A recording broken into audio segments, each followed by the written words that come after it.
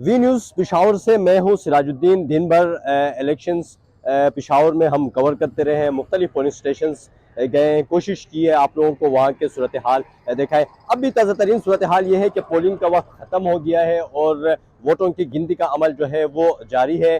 दिन भर यहाँ पे मुख्तलिफ पोलिंग स्टेशन पर हमने देखा है काफ़ी बड़ी तादाद में लोग निकले, अपने हक़ राय दही का इस्तेमाल किया।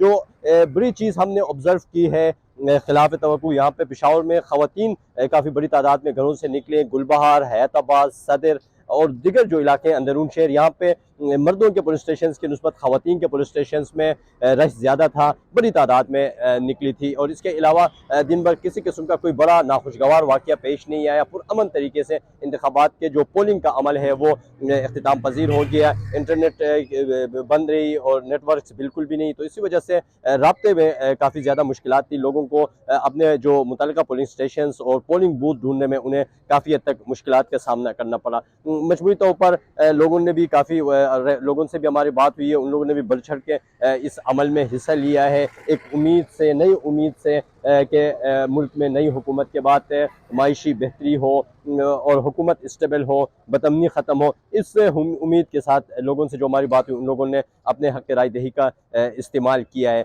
ज़्यादातर जो हमने देखा है तमाम पार्टीज़ के कैंप्स के ऊपर रश था। तमाम जो वोटर्स थे पार्टी के उम्मीदवार थे, अपने अपने वोटरों को लाने के लिए उन्होंने ट्रांसपोर्ट का भी इंतज़ाम किया था और उनके लिए खाने का भी इंतज़ाम किया था। तो ये अपने अपने जो वोटर्स थे आज उनको खुश करने के लिए उम्मीदवारों ने पूरी तरह कोशिश की है। अब नताइज का इंतज़ार है, गिनती का अमल जारी है।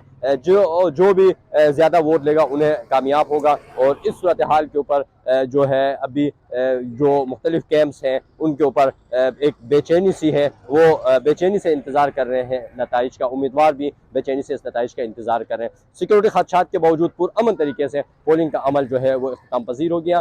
फ़िलहाल के लिए इतना ही। मज़ीद जो पोलिंग नताइज आने के बाद जो अपडेट्स हैं वो आपके साथ मज़ीद शेयर करते रहेंगे।